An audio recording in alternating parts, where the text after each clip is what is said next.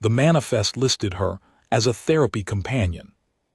I filled it out myself, on the Transit Authority's standard form, in the small gray room they gave me at Outpost Meyerville while I waited for my connecting berth. The clerk, a young Thavesi with 3 eyes and the general air of someone who has been disappointed by paperwork for many years, looked at the form, looked at Sable, looked at the form again. "Therapy companion," he said. "That's correct," I said. He looked at her one more time. Sable was sitting beside my right boot, facing forward, doing nothing in particular. She was 12 years old and her muzzle had gone gray 2 winters ago. She had a small notch in her left ear from something that happened on a patrol I don't discuss, and a habit of resting her chin on my knee when the transit berths got cold, which they always did. She weighed 31 kilograms. Her eyes were amber and she used them like tools. The clerk stamped the form. "Nature of therapeutic function," he asked, because there was a box for that too. "She keeps me calm," I said. This was true, technically, the way a lot of things I said on that trip were technically true. He filed the form and gave me my boarding chip, and that was the end of it. We walked through the transit hub at Meyerville, Sable moving at my left knee on a loose lead, and nobody gave us a second look except a group of young Velthari cadets who pointed at her and said something I didn't catch, and laughed among themselves. Sable did not look at them. She kept her eyes forward and her pace steady, and we boarded the mid-corridor shuttle and found our berth, and she slept on my feet for 11 hours while I read and drank bad coffee and looked out at the dark between stars. I want to be precise about that. She slept. She breathed slow and steady and made a small sound that was not quite a snore and was not quite a sigh, and her legs moved once or twice the way a dog's legs will move when it is dreaming of something that was once important. I watched her for a while, because I have always found that watching her sleep does something useful to the quality of my thoughts. Then I looked out the viewport again and let the dark do the rest. This was 3 years after my discharge. I was 67 years old. I had a pension that was adequate, a flat in Cora Station that was too big for one person and a dog, but was what I could afford, and a standing consult arrangement with the Handler Corps Transition Office that mostly involved me answering the same 12 questions over a secure channel once a month. The trip to Velthari Station 11 was not connected to any of that. I had been asked, not ordered, asked, because they couldn't order me anymore, to accompany a civilian freight assessment to the outer corridor, built on behalf of a logistics firm I had no particular feelings about, which needed a qualified handler on their transport manifest, because of a new Galactic Accords clause requiring one when any certified working animal was in transit. The certified working animal in question was Sable. She was retired, the same as me. The logistics firm wanted a box checked. I wanted to see the outer corridor, which I had not seen in 12 years, and Sable wanted to go wherever I was going because that has always been her position on travel. So we were on our way to Velthari Station 11, which was a Galactic Accords resupply waystation in the far end of the outer corridor belt, about as far from anything as you can get without leaving charted transit lanes entirely. It had been built 18 years ago as a joint project between 4 signatory species and had the particular character of things built by committee, functional, gray, and slightly too hot in the corridors. I had been there once briefly, a long time before, when it was newly commissioned and smelled of fresh sealant, and every surface was still the color it was intended to be. I remembered it as a place where nobody had time to give you any trouble because everyone was busy. It had changed. We docked at Midring on a Tuesday by the Transit Authority's arbitrary calendar, and the moment the boarding ramp extended I could feel the change in the air pressure between the shuttle and the station. There was a smell I recognized, a Velthari Station smell, antiseptic and metallic with something underneath it that I had always thought was the smell of a species that defined its worth through hierarchy. The Velthari are not a bad species, in my experience. They are capable, organized, and genuinely committed to the Galactic Accords framework, in the way that only a species that wrote 4 of its 9 clauses can be. They are also constitutionally unable to share a room with anyone they haven't yet ranked, and until they have established a ranking they default to assuming you are below them. The watch chief at the docking ring that day was a Velthari named Oreth Sel, which I know because his name was on the badge he wore on his left side, and because the station's intake clerk read it aloud when she filed our boarding registration. He was tall, even by Velthari standards, a head and a half above me, with the characteristic forearm configuration and the deep slate coloring that indicated mid-career rank in their civil-military hybrid service. He had the set of his shoulders that Velthari officers get when they have been important for a long time and have recently been reminded of it. He looked at me the way they all look at me, an old human, shorter than the room, with gray at his temples and a jacket that had seen better decades, leading a dog on a loose lead. Then he looked at Sable. There was a pause. "Therapy companion," he said, reading from the tablet his clerk handed him, in the flat tone of someone who has already decided what to think about a thing. "Therapy companion," I agreed. He handed the tablet back. "Handler certification." I gave him my credentials chip. He read it, and I watched him read it, which was a thing I had learned to do a long time ago. Watch them read it and count how long it takes for the expression to change. With Oreth Sel, it took about 4 seconds. His eyes moved across the chip's data, and his face did what a Velthari face does when it encounters information that does not fit the ranking it has already assigned. "This says active handler core certification," he said. "It's current," I said. "I renew it annually. There's a continuing competency requirement." "This rating," he looked back at the chip, "is a full operational rating." "It is," I said. He looked at Sable again. Sable was sitting. She had been sitting since we stepped off the ramp. She had her eyes on Oreth Sel with the particular quality of attention she reserves for things she is assessing, which looks from the outside like gentle curiosity and is not. Her tail was doing a slow, steady half-wag, not the full wag, just the lower portion, moving at about 1 beat per 2 seconds. She had done this same thing in the holding yard at Corval, in the briefing room at Meyeril, in the customs hall at Tethai's Gate. She did it in rooms full of people who were important, and rooms full of people who thought they were important, and rooms full of people who were neither. She wagged because she was not worried. Oreth Sel handed my chip back. "The station requires a secondary documentation check for all active-rated handler core credentials transiting through," he said. "Standard protocol. Your animal will need to be assessed by our facility's biological certification team before she can move freely through common areas. She's listed as a therapy companion on the transit manifest," I said, "cleared by Meyeril Transit Authority." "Our protocols are more thorough," Oreth Sel said. I looked at him for a moment. He was standing with his arms in the Velthari posture that indicates professional certainty. 2 of the 4 crossed at the second joint, the upper 2 held back. I had been looked at in this posture many times in my life.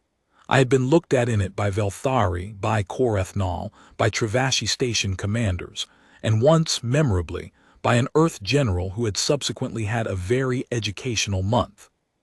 The posture means, "I have decided how this goes, and I am telling you as a courtesy." "Of course," I said. "Where's the certification team?" He had not expected that. Velthari officials, in my experience, expect civilians to push back when told to go somewhere they don't want to go. They are good at managing pushback. They are slightly worse at managing compliance, because compliance means the process actually has to happen. He directed us to a room on Subring 2, which was a room with white walls and a ceiling 3 centimeters too low, smelling of antiseptic and the specific acrid undertone that comes from Velthari facility equipment in need of calibration. There was a table and 2 chairs on one side and a low bench against the wall. The biological certification team was a single Velthari technician named Harrell who was much younger than Oreth Sel, and had the look of someone who had not been told his day would involve this. I sat in one of the chairs. Sable sat at my feet, facing the room. Harold looked at her with the careful attention of someone who has been trained to appear professional while experiencing surprise. Belgian Malinois, he said, reading from his terminal. Earth domestic, retired handler corps auxiliary, age 12. He looked up. Is she, he paused, choosing his words, comfortable with the assessment procedure? She'll be fine, I said. Harold ran his scanner over her. He measured her mass, her temperature, her arterial activity, her neurological response baseline. He looked at the results with the expression of someone reading a report that should say one thing and keep saying another. I watched him read it 3 times. Her resting neurological pattern, he said carefully, is unusual. She's a relaxed animal, I said. The activity signature in the... He pointed to a region of his display, which I could not read from where I sat, is not what we typically see in domestic companion animals. She's had a full career, I said. Harold looked at me. He looked at his display. He looked at Sable. Sable was looking at nothing in particular. She had found a spot on the far wall that she appeared to regard with a mild, theoretical interest, and the slow wag was still going. He stamped her certification and gave us a transit pass for the full station. I thanked him and we went. The thing about Vorrkai Station 11 that had changed from my first visit, 18 years ago, was not the layout or the smell or the gray quality of the corridors. What had changed was what was in the corridors. When I'd been there before, the station had been staffed predominantly by logistics personnel and a small mixed-species security detail, standard waystation complement. What it had now was a Vorrkai diplomatic presence. I had known this from the mission brief. The Vorrkai were one of 3 species currently renegotiating their Galactic Accords transit schedule, and Vorrkai Station 11 was the agreed neutral way station for the preliminary talks. This was why the station's security posture had changed. This was why Oreth Sel was watch chief and not a more junior officer.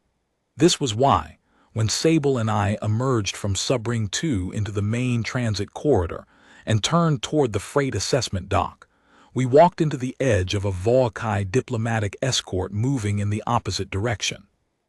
I say walked into, the way you might say you walked into weather. It was a thing that happened to us by virtue of being in the same corridor at the same time, not a thing we did. The Vorrkai are large. That is the first thing to understand. They average 2.5 meters and their body plan is roughly bilateral, but with the kind of additional joints that make a human observer's proprioception slightly uncertain. You keep expecting them to move in ways they don't, and they move in ways you don't expect. They have 4 eyes in a flat band across their faces, and their status markings are chemical, which means that a Vorrkai in full diplomatic dress smells like a combination of iron, something floral that isn't quite any earth flower, and what I can only describe as pressure. The diplomatic escort was 6 of them, plus a standard Vorrkai station guard detail of 4, flanking a Vorrkai figure in full-spectrum ceremonial signaling, which is their equivalent of formal dress and means the smell was doubled. I stepped to the right side of the corridor, which is standard transit etiquette. Sable stepped with me neatly, at my knee. We were not in the escort's path. This was a corridor with sufficient width for both of us to move without contact. One of the Vorrkai escort guards moved in front of us anyway. This is also a thing they do. The Vorrkai practice what their doctrine calls corridor precedence, which is a real diplomatic protocol that I had read about in a briefing 3 days earlier, and which means that a Vorrkai official party has formal right of way in any shared transit space, and any party who does not yield is in technical violation of Accords Article 14, Subclause F. It is, in practice, a formalization of the instinct to not share space with things you are uncertain about. The guard, I will call him the forward guard, because I never got his name, was taller than the average, with the charcoal gray hide that indicated senior escort duty. He put himself in front of me and placed both of his primary limbs in the barring posture, which is palms forward, held at approximately my eye level. "Corridor precedence," he said in the common channel. His translator gave it a flat, formal timbre. "Stand and yield." "Of course," I said, "we're yielding." I was, in fact, standing still. I had stopped when he moved in front of me. Sable had stopped with me. We were both quite still. The forward guard looked at Sable. He did what Oreth's cell had done, the brief pause, the recalibration. But where Oreth's cell had gone through it quickly and moved to protocol, the forward guard went through it and did something different. He looked at the rest of his detail. There was an exchange in Vorrkai fast, clicks and the chemical register spiking, that my translator processed as, "What is that animal?" and the response coming back as something my translator rendered as Earth domestic, non-combatant, but with a qualifier attached that I thought was probably harmless. The forward guard turned back to us. He had decided something. "The animal," he said, "will be removed to a secured berth while the diplomatic party transits."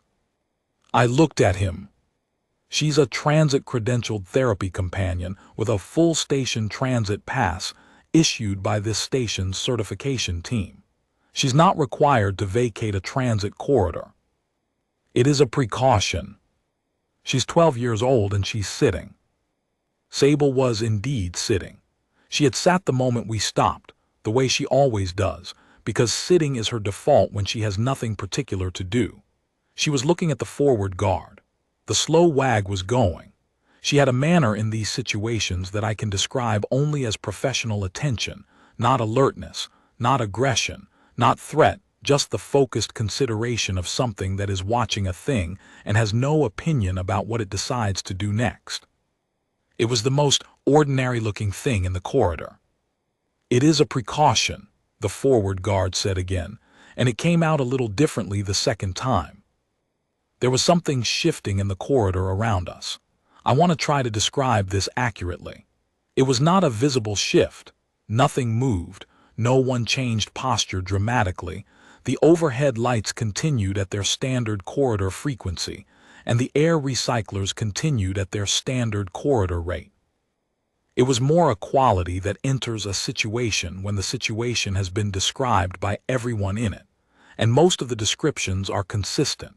But one element has not been resolved into any description yet, and everyone knows which element it is. The element was Sable. The forward guard was looking at her. The two Velthari guards at the edge of the escort formation were looking at her.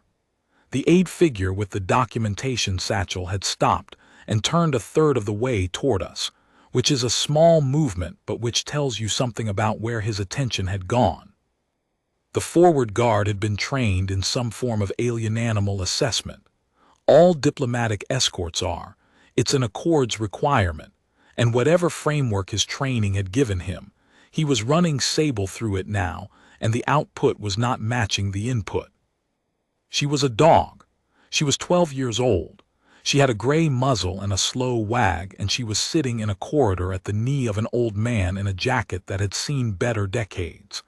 Every observable factor placed her at the low end of any threat index. The forward guard's training should have returned a null result, nothing to assess, move on. It was not returning a null result.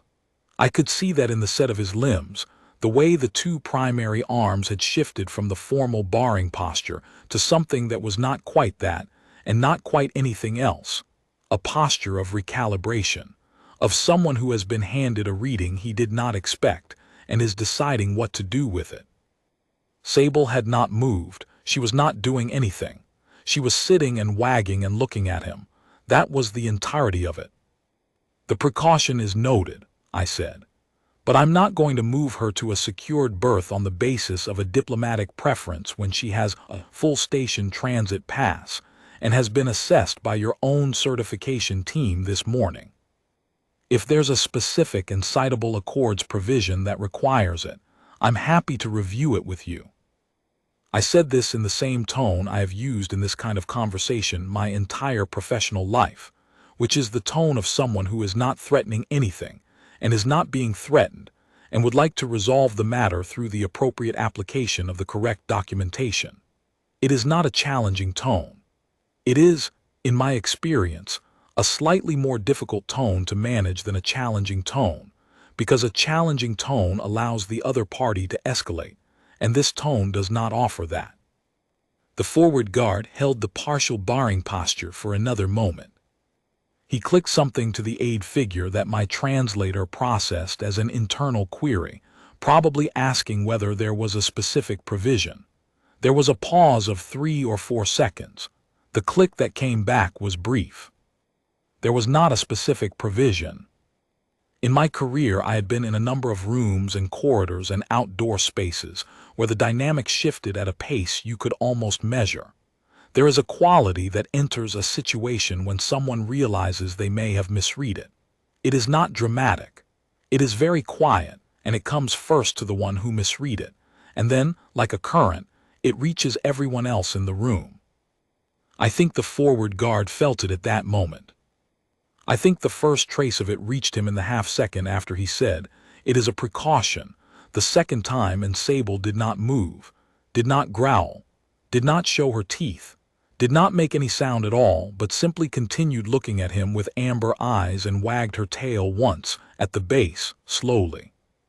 "She'll stay right here," I said. "She won't move unless I tell her to, you have my word." He held the barring posture for another moment, then he stepped aside. The diplomatic escort passed. I counted them as they went.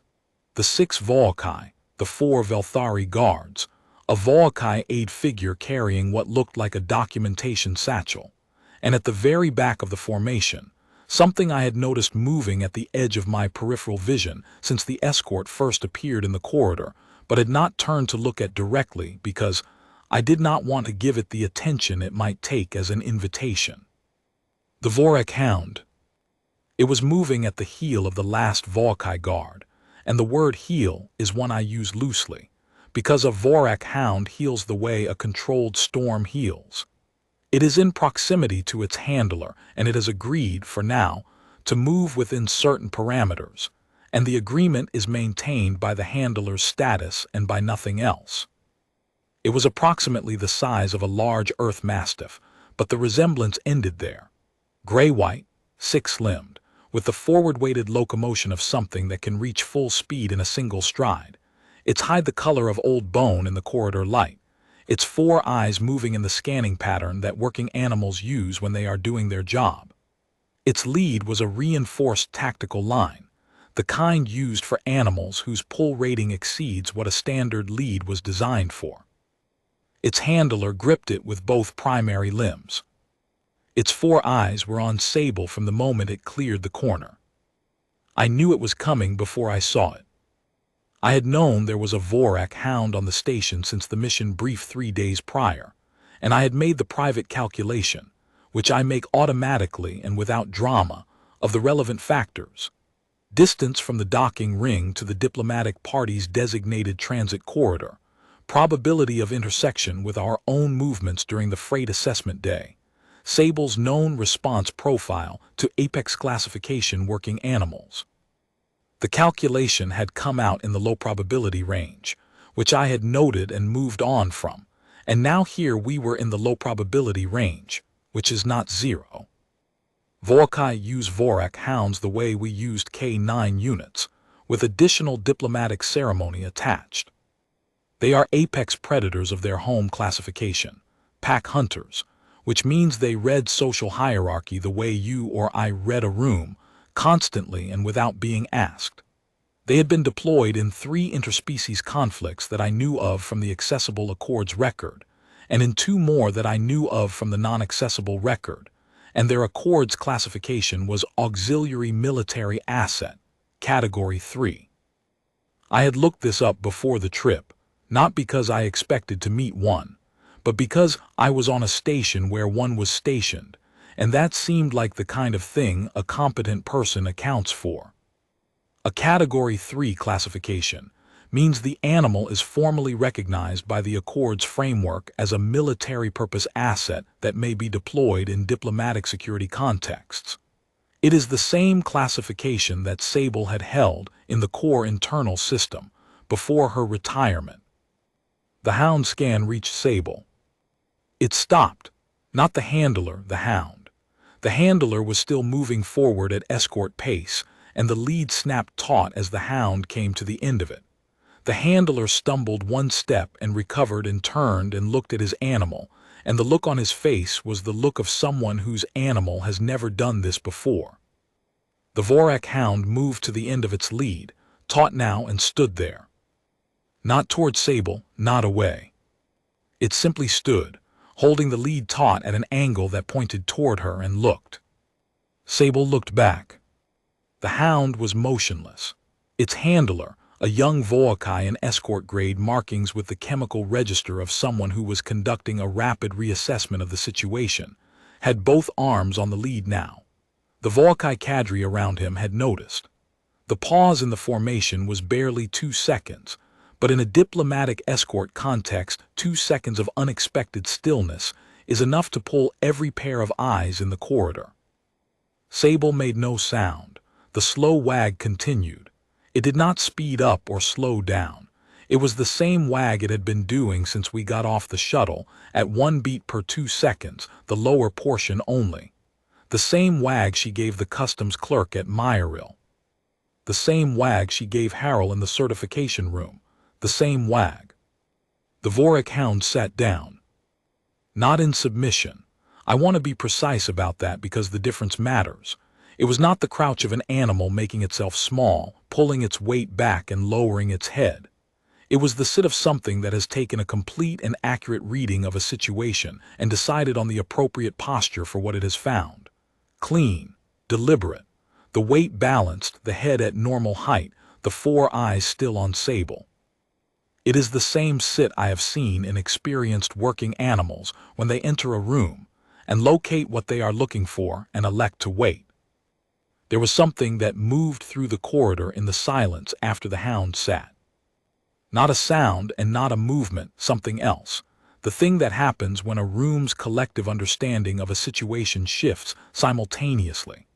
Every Vorrkai in the escort had seen their apex military asset sit for an old grey-muzzled dog in a loose lead.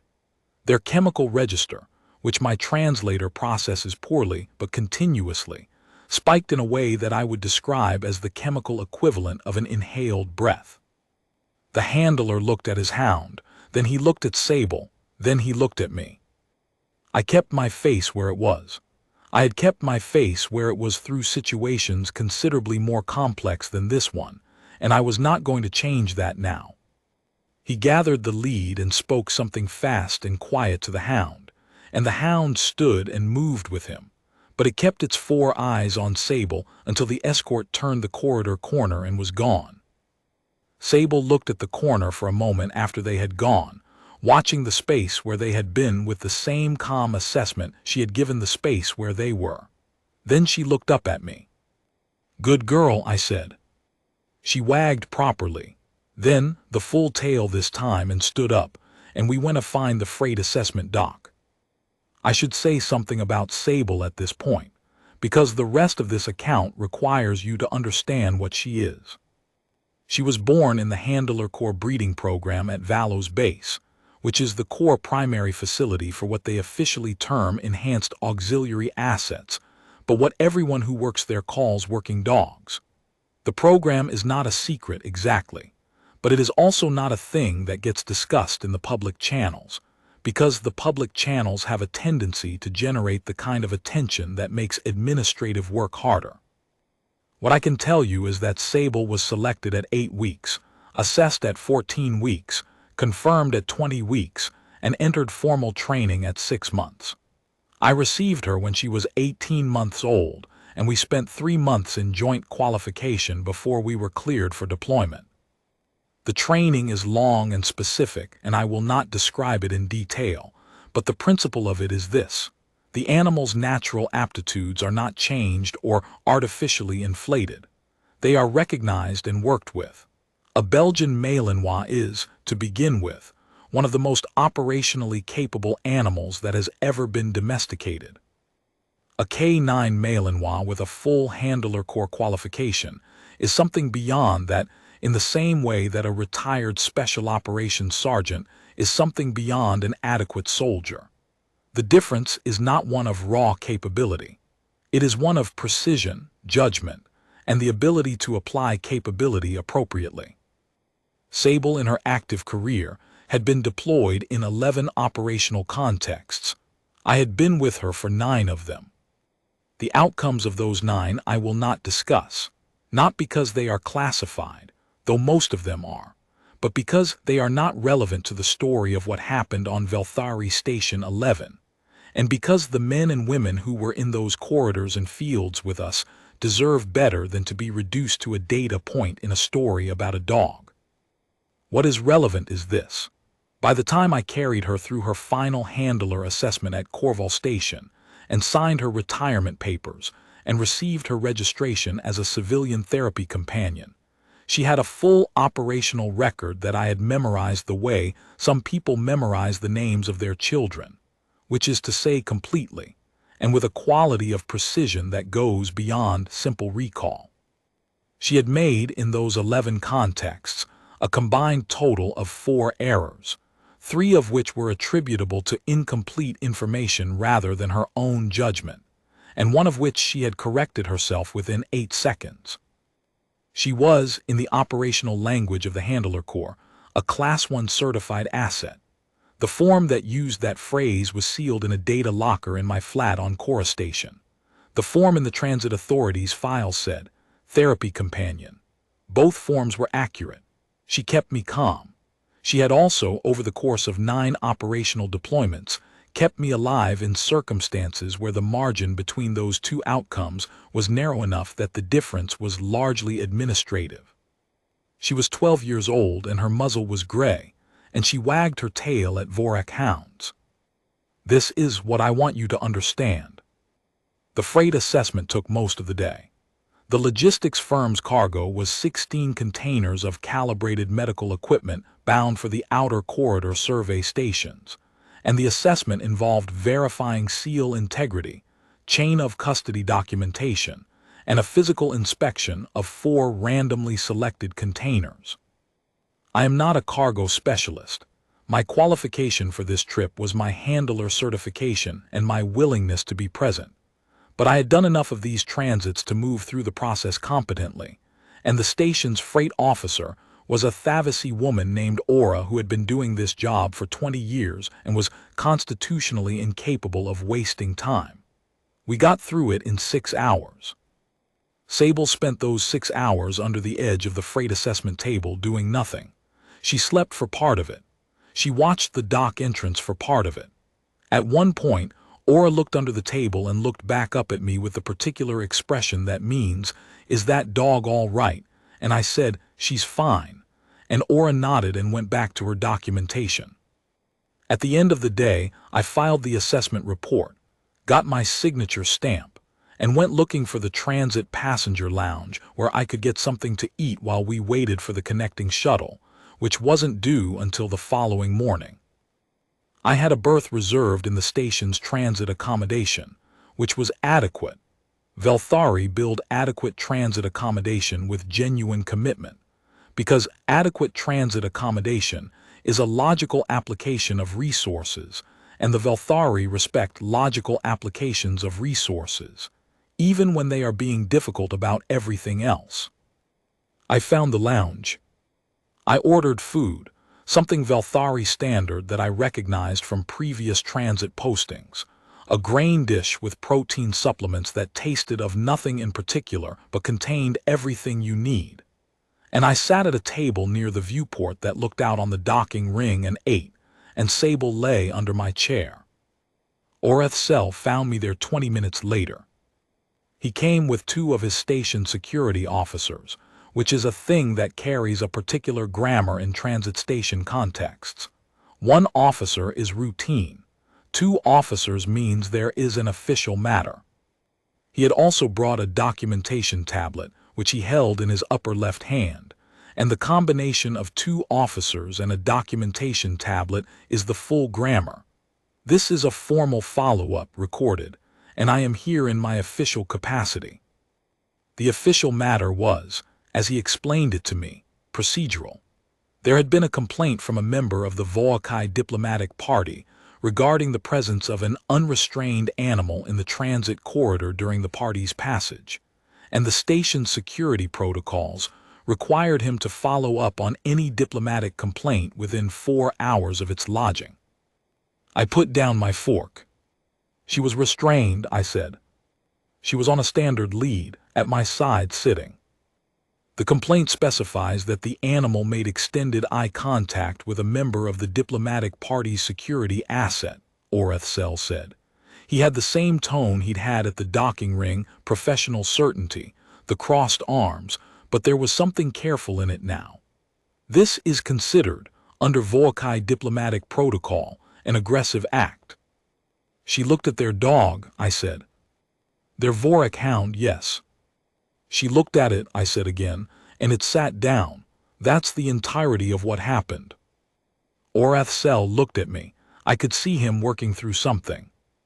He had my credentials chip data in whatever file he had pulled, and I knew what that data said, and I thought he probably knew what it said too, and was deciding how much weight to give it. The station's protocols, he said, allow me to restrict an animal to its owner's designated transit berth for the duration of any active diplomatic proceeding, if a formal complaint has been lodged and the animal's behavior has been assessed as potentially disruptive. Her certification says she's cleared for full station movement, I said. Signed by your own biological certification team 4 hours ago. This protocol is separate from the certification protocol. I see. I looked at him, he looked at me. Sable had come out from under my chair when he arrived, not standing, just sitting, beside my right boot, facing the 3 of them with the same forward attention and the same slow wag. The 2 security officers had been looking at Sable since they walked in. I had noticed this the way I notice most things, which is to say without making it visible that I noticed it. They were Velthari, both mid-rank, both trained, and they were looking at Sable the way the forward guard had looked at her in the corridor. The pause, the recalibration, the small adjustment of posture that people make when they realize they are slightly uncertain about something. One of them, the officer on Vorrkai's left, was standing in a way that had shifted almost imperceptibly since they walked in. He had come in with his weight forward, which is a ready posture, and he had quietly moved his weight back. He was not retreating. He was simply not forward anymore. I have been watching people do this my whole career, and I have never once had to point it out to them. I'll take her to the berth, I said. Vorrkai had not been expecting this, the second time in 4 hours that his expectation of resistance had met compliance. He covered it well. Thank you, he said. I'll note in the complaint record that the matter has been resolved. I'd appreciate that, I said. I got up, gathered my tray, and went. The transit accommodation berth was on level 4, corridor J, room J14. It was a standard single berth, bunk, storage locker, a viewport with a view of the station's inner transit ring, a small table, and a fold-out chair. I had had worse. Sable walked in and immediately conducted her standard investigation of any new space, which involved a slow circuit of the perimeter at floor level and a brief but thorough assessment of the bunk's underside, and then she returned to me and sat down. I sat on the bunk. Well, I said. She looked at me. I have been having conversations with Sable since she was 18 months old. They are not conversations in the way you might have a conversation with a person. They are conversations in the way that a long professional partnership produces conversations, a vocabulary of silence and posture and small behavioral cues, accumulated over 10 years of shared situations. She does not understand most of what I say to her in words. She understands a working vocabulary of commands, perhaps 40 distinct ones, and she understands the tone and rhythm of my voice, and she understands the full catalog of my body language in a way that probably exceeds my own understanding of it. When I sit on a bunk and look at her and say, well, she does not process well as a word with semantic content. She processes it as a tone and a posture and a context, and her response is calibrated to all three. Her response in this case was to put her chin on my knee. I put my hand on the back of her neck in the place where the fur is thickest, and she sighed in a way that I have only ever heard her sigh in the moments when she has decided that the present situation is acceptable, and that I am, in particular, acceptable, and she lowered herself to the floor, chin still on my knee, and closed her eyes. I sat there for a while and thought about things. What I thought about mostly was the Vorrkai hound, specifically about the moment when it had moved to the end of its lead and stood there, looking at Sable, and then sat down. I had seen that moment dozens of times in my career, not with Vorrkai hounds, but with other animals, other species working animals, and occasionally with the working animals of other handler corps handlers, on assessment days at Valos when the whole facility was full of dogs and handlers going through qualifications, and the air was tight with the specific productive tension of that much trained capacity in one space. I had seen it in training scenarios and in holding yards, and once, vividly, in a joint exercise situation at an undisclosed location that involved 2 other species military animal programs and a diplomatic observer from a third, who had come specifically to evaluate whether the Accords animal program sharing protocols were worth formalizing. The moment I was thinking about is what happens when 2 animals in that category meet. It is not a fight. It is not submission. It is the meeting of 2 things that understand at a level below behavior what the other one is. The hound had looked at Sable and known, with whatever faculty animals of that classification use for knowing, that she was what she was, and it had sat down because sitting was the correct response. I had watched this moment happen with Sable probably 30 times. She had never caused an incident. She had never provoked anything. She had never been anything except what she was, which was a 12-year-old retired K9 with a gray muzzle who wagged her tail and put her chin on my knee when I sat on the bunk.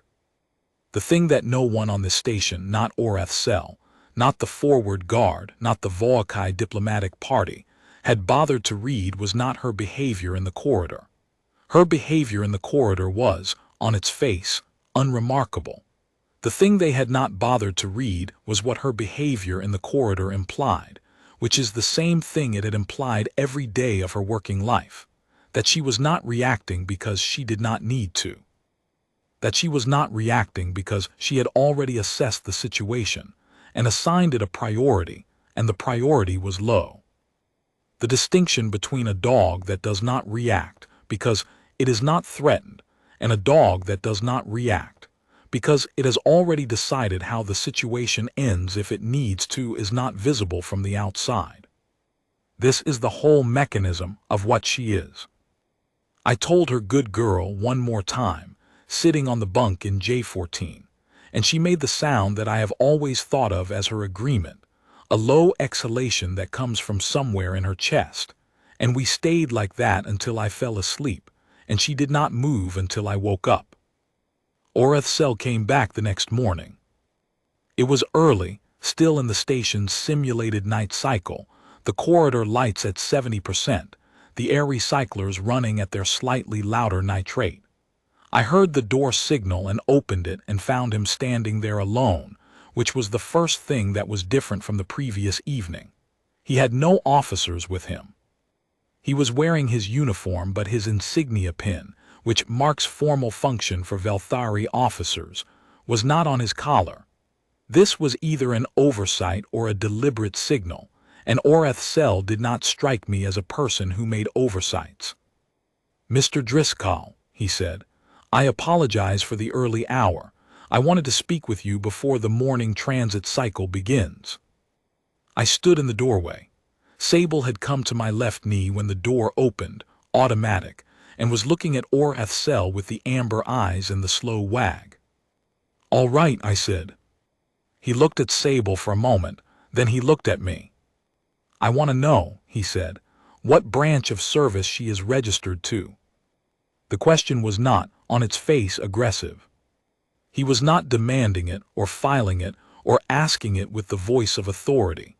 He was asking it the way you ask a question when you already have a partial answer and you want to confirm it. "She's listed as a civilian therapy companion," I said. "She's retired from handler service. Her registration is current and she has a full station transit pass issued by this station." "Yes," he said, "I've read all of it." He paused. "I've also read your credentials file which my office pulled during the documentation review yesterday." Another pause longer. "I served in the Velthari Handler Corps for 6 years before I was assigned to station security," he said. "We don't work with dogs, we work with different animals, but the program has the same structure." I know what a full operational rating indicates. I did not say anything. "I also know," he said, "what it means when a Vorrkai hound sits." We looked at each other for a moment. "She's retired," I said. He held my eyes. "I understand. That's the word on the paperwork." He was quiet for a second. "I filed the diplomatic complaint as resolved. I've added a note to the station security record that your transit pass is valid and no further restrictions apply to your animal's station movement." "I appreciate that," I said. He looked at Sable one more time. She returned the look with the same complete equanimity she brought to everything. "One question," he said, "and you don't have to answer it." "All right," I said. "How many operational deployments?" 11, I said. 9 with me." He was quiet for a moment. Then he nodded once, the Velthari acknowledgement nod that means something between "I see" and "as I thought." "Safe transit," he said. "Thank you," I said. "And for what it's worth, she is a therapy companion. She keeps me calm." He looked at her. "I imagine," he said, "that she does." He left. I stood in the doorway for a moment after he went, Sable warm at my knee, and then I went back inside and sat on the bunk and started preparing for the connecting transit. The shuttle boarded at mid-morning in the outer corridor standard cycle.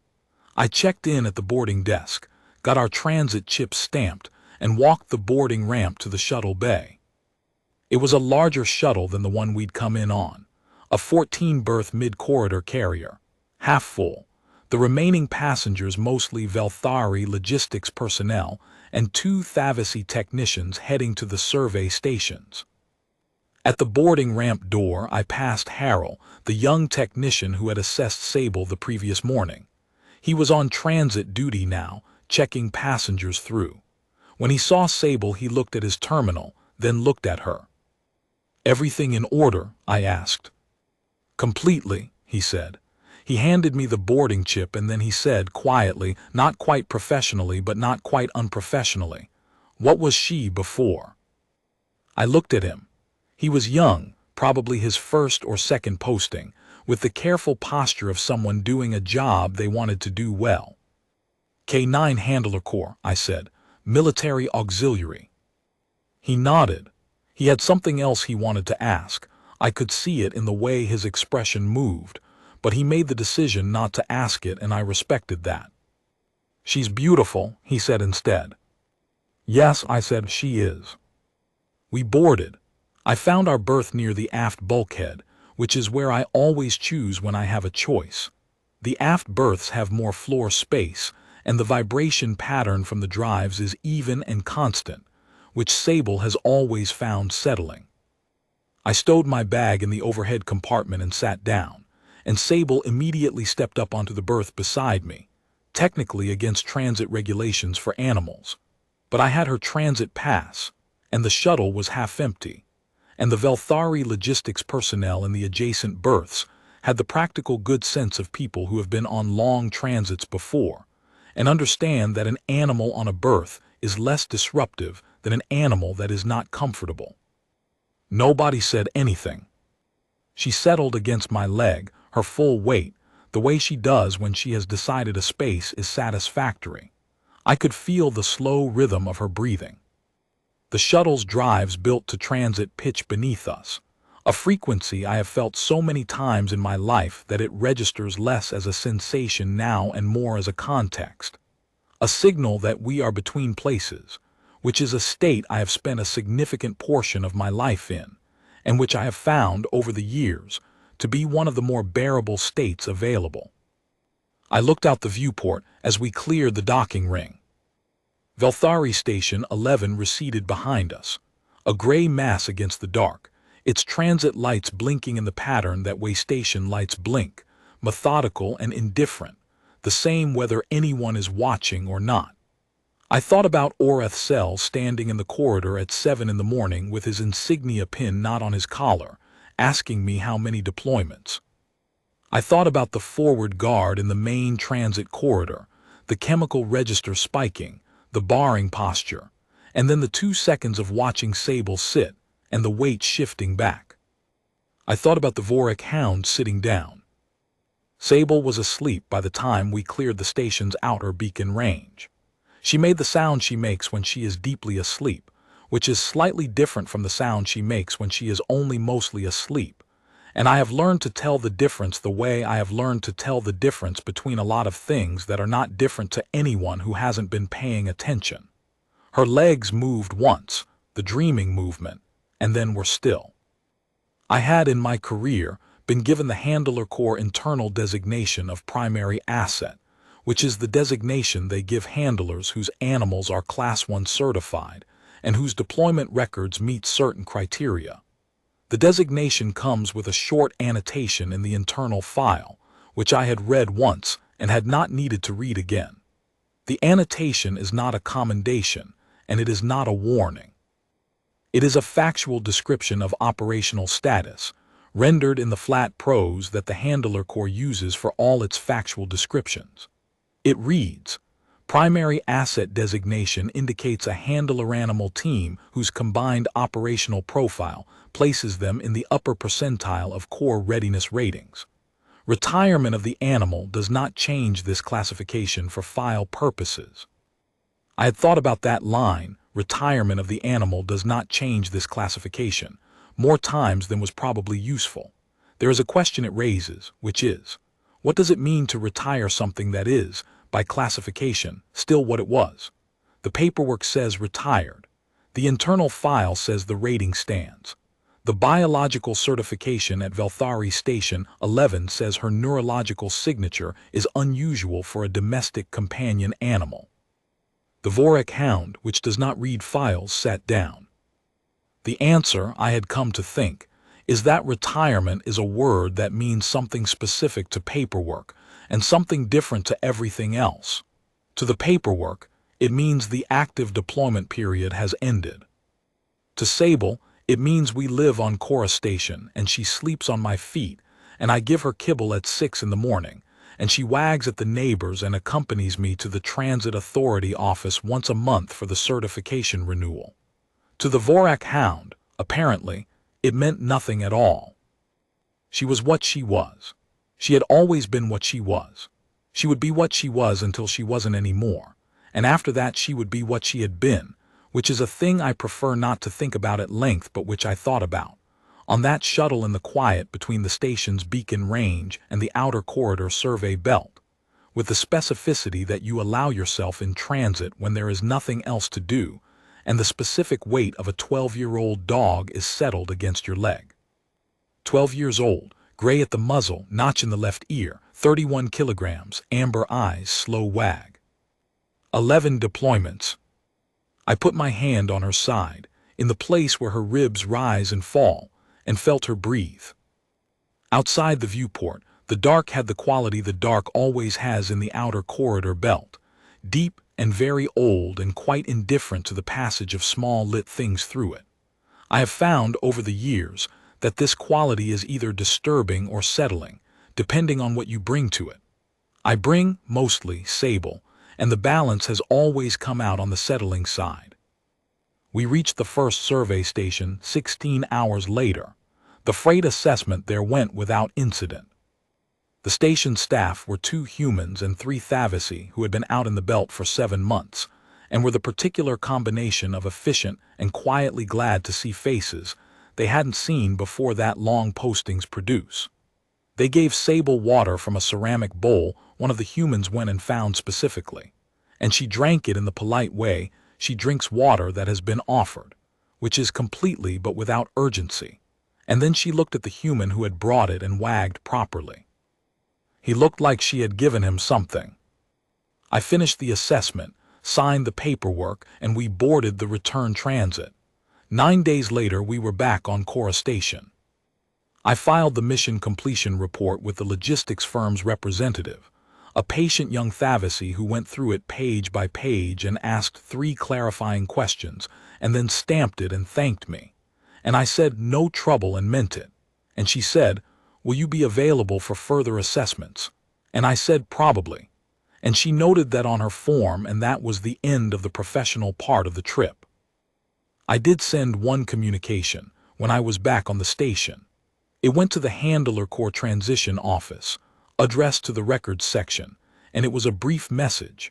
I am noting for my file that on a transit posting through Velthari Station 11, I encountered a Vorrkai diplomatic escort including a Vorrkai Hound, Class 2 auxiliary military asset. The Vorrkai Hound assessed Sable's presence and sat. No incident. Thought it worth noting for the program record. I received 2 days later a reply from the Records section. Noted. Thank you. The reply had a second line, added by hand in the Records section chief's notation system, which read, "The program appreciates the data point. Give her a good dog from us." I read that line twice. Then I forwarded it to no one, because there was no one to forward it to who would understand it in the way I understood it, which is, there are 11 deployments in a sealed file in a locker in my flat, and a certification rating that does not change with retirement, and a grey-muzzled Belgian Malinois, asleep on my feet in a flat on Cora Station that is too big for one person and a dog. And the Vorrkai diplomatic party will go back to wherever they came from, and the Vorrkai Hound will go with them.